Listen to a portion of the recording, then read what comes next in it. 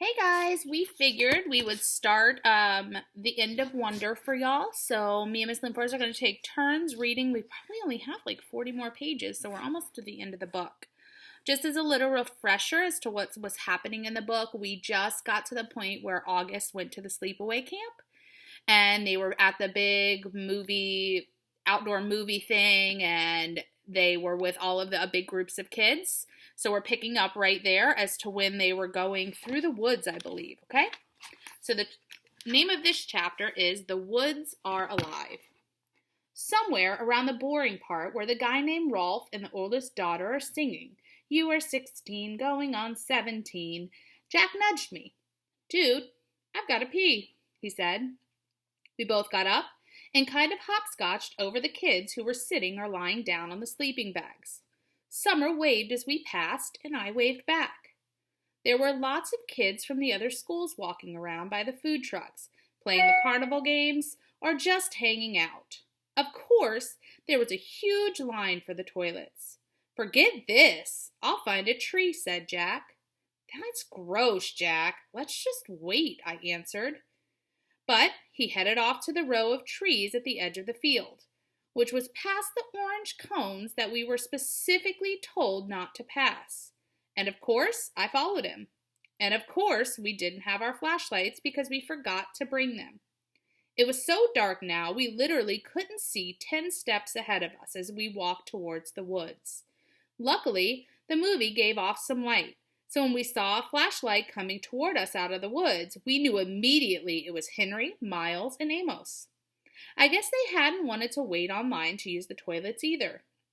Miles and Henry were still not talking to Jack, but Amos had let go of the war a while ago, and he nodded hello to us as they passed by. "Be careful of the bears," shouted Henry, as he and Miles laughed as they walked away. Amos shook his head at us like, "Don't pay attention to them." Jack and I walked a little farther until we were just inside the woods. Then Jack hunted around for the perfect tree and finally did his business, though it felt like he was taking forever. The woods were loud with strange sounds and chirps and croaks, like a wall of noise coming out of the trees. Then we started hearing loud snaps far from us, almost like cap gun pops. That definitely weren't insect noises. And far away, like in another world, we could hear raindrops on roses and whiskers on kittens. "That's much better," said Jack, zipping up. "Now I have to pee," I said, which I did on the nearest tree. No way was I going farther in like Jack did. "Do you smell that?" "Like firecrackers," he said, coming over to me. "Oh, yeah. Is that what that is?" I answered, zipping up. "Weird. Let's go." Alien. We headed back the way we came in the direction of the giant screen. That's when we walked straight into a group of kids we didn't know. They'd just come out of the woods, doing stuff I'm sure they didn't want the teachers to know about. I could smell the smoke now, the smell of both firecrackers and cigarettes. They pointed a flashlight at us. There were 6 of them, 4 boys and 2 girls.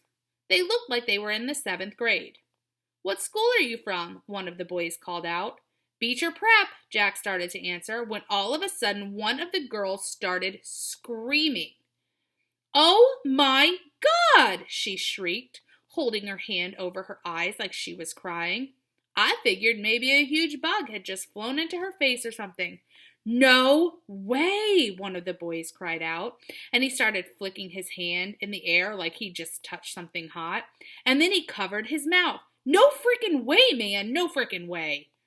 All of a sudden, they started half laughing and half covering their eyes now, pushing each other and cursing loudly. "What is that?" said the kid who was pointing the flashlight at us, and it was only then that I realized that the flashlight was pointed right at my face. And what they were screaming about, was me. "Let's get out of here," Jack said to me quietly, and he pulled me by my sweatshirt sleeve and started walking away from them. "Wait, wait, wait!" yelled the guy with the flashlight, cutting us off. He pointed the flashlight right in my face again, and now he was only about 5 feet away. Oh man, he said, shaking his head, his mouth wide open. What happened to your face? Stop it, Eddie, said one of the girls. I didn't know we were watching Lord of the Rings tonight, he said. Look, guys, it's Gollum. This made his friends hysterical. Again, we tried to walk away from them. And again, the kid named Eddie cut us off. He was at least a half a head taller than Jack, who was about a head taller than me, so the guy looked huge to me. No, man, it's an alien, said one of the other kids. No, man, it's an orc, laughed Eddie, pointing the flashlight in my face again. This time he was right in front of us. Leave him alone, okay, said Jack, pushing the hand holding the flashlight away. Make me, answered Eddie, pointing the flashlight in Jack's face now. What's your problem, dude, said Jack. Your boyfriend's my problem. Jack, let's just go, I said, pulling him by the arm. Oh, man, it's Hawks, screamed Eddie, shining the flashlight in my face again. Then one of the other guys threw a firecracker at our feet. Jack tried to push past Eddie, but Eddie shoved his hands into Jack's shoulders and pushed him hard, which made Jack fall backward. Eddie, screamed one of the girls. Look, I said, stepping in front of Jack and holding my hands up in the air like a traffic cop. We're a lot smaller than you guys. Are you talking to me, Freddy Krueger?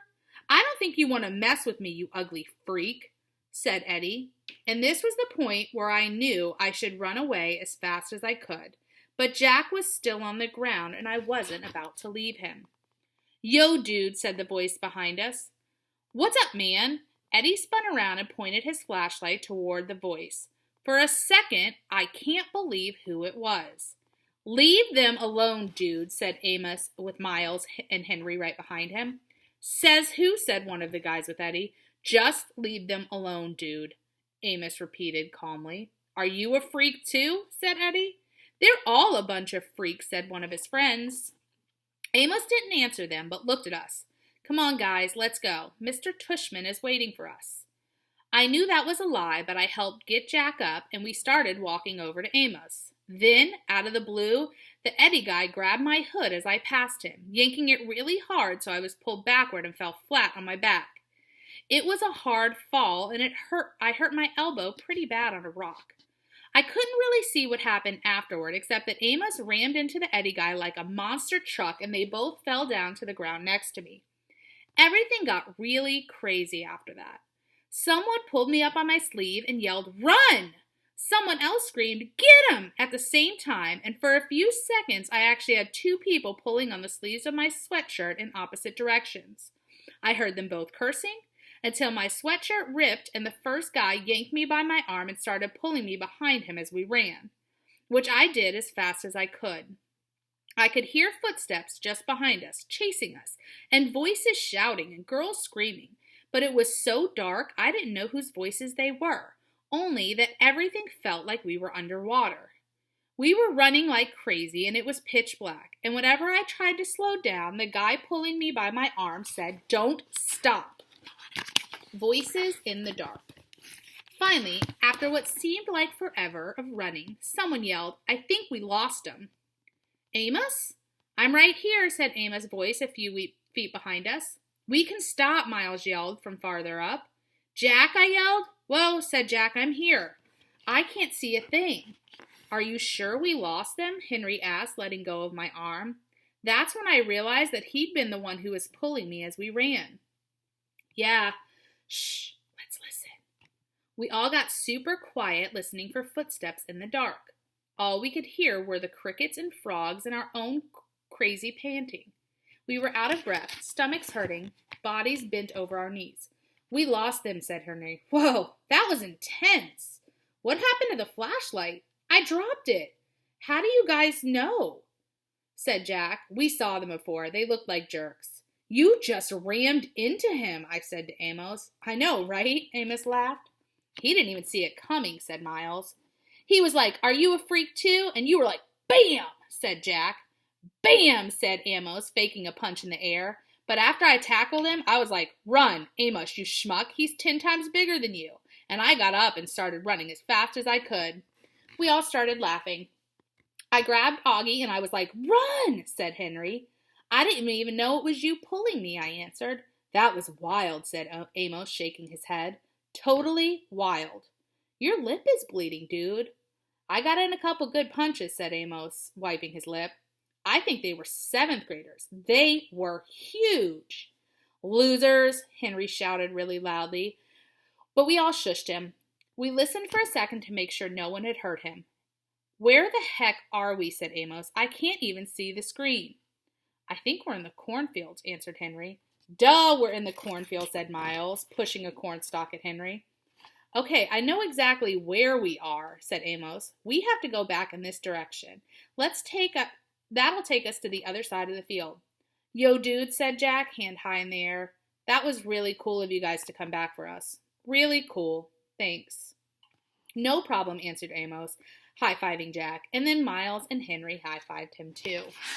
"Yeah, dudes, thanks," I said, holding my palm up like Jack just had, though I wasn't sure they'd high-five me too. Amos looked at me and nodded. "It was cool how you stood your ground, little dude," he said, high-fiving me. "Yeah, Augie," said Miles, high-fiving me too. "You were like, 'We're littler than you guys.'" "I didn't know what else to say," I laughed. "Very cool," said Henry. And he high-fived me too. "Sorry I ripped your sweatshirt." I looked down and my sweatshirt was completely torn down the middle. One sleeve was ripped off and the other was so stretched out it was hanging to my knees. "Hey, your elbow's bleeding," said Jack. Yeah, I shrugged. It was starting to hurt a lot. "You okay?" said Jack, seeing my face. I nodded. Suddenly, I felt like crying, and I was really trying hard not to do that. "Wait, your hearing aids are gone," said Jack. "What?" I yelled, touching my ears. The hearing aid band was definitely gone. That's why I felt like I was underwater. "Oh no," I said.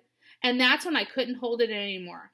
Everything that had just happened kind of hit me, and I couldn't help it. I started to cry. Like big crying. What Mom would call the waterworks. I was so embarrassed I hid my face in my arm, but I couldn't stop the tears from coming.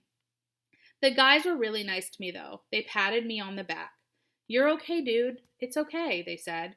"You're one brave little dude, you know that," said Amos, putting his arm around my shoulders. And when I kept on crying, he put both his arms around me like my dad would have done and let me cry. The Emperor's Guard. We backtracked through the grass for a good 10 minutes to see if we could find my hearing aids, but it was way too dark to see anything. We literally had to hold on to each other's shirt and walk in single file so we wouldn't trip over one another. It was like black ink had been poured all around.